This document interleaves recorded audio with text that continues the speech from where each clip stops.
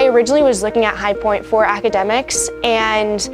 as my major is exercise science, the biomechanics lab really caught my eye when I was looking here strictly as a student. And then when I started running and becoming more competitive and then seeing if I could actually do it in college, that kind of was something that I looked into after that first initial search for great academics. Almost 5 years ago now, I was in an ATV accident where I was a passenger in the ATV, and the ATV was going too fast and took a turn, and to brace my fall, I reached out my right arm, and that's when my arm got trapped between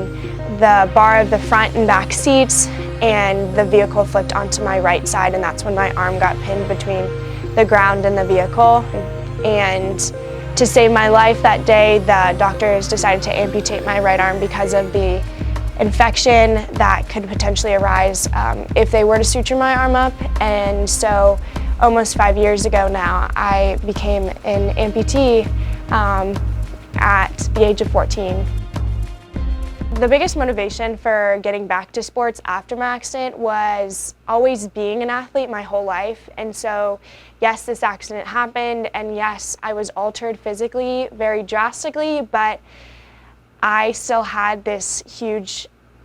dream to become this athlete or to just still compete at my age, and all of my family members did it. It was just kind of in my blood since I was young, and so that just really didn't die the day that I had my accident, and so it was still that driving force to get back onto the soccer field and then eventually start competing in triathlons and then start running. So it was just that continuous drive of still wanting to be an athlete and not wanting to just kind of sit and kind of dwell on what happened, because I feel like I still had so much more life to live, and I still do. And so one of the ways that I feel like I can live life most abundantly is through sports. When I was accepted to be recruited by a Division I college, it was an amazing feeling, because I knew that kind of that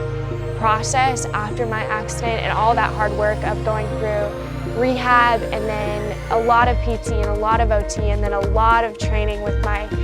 soccer coach and then my triathlon coach and then my running coaches, that it was all kind of accumulating to this. We all go through difficult things in our life, and it's not useful to compare the difficulties we face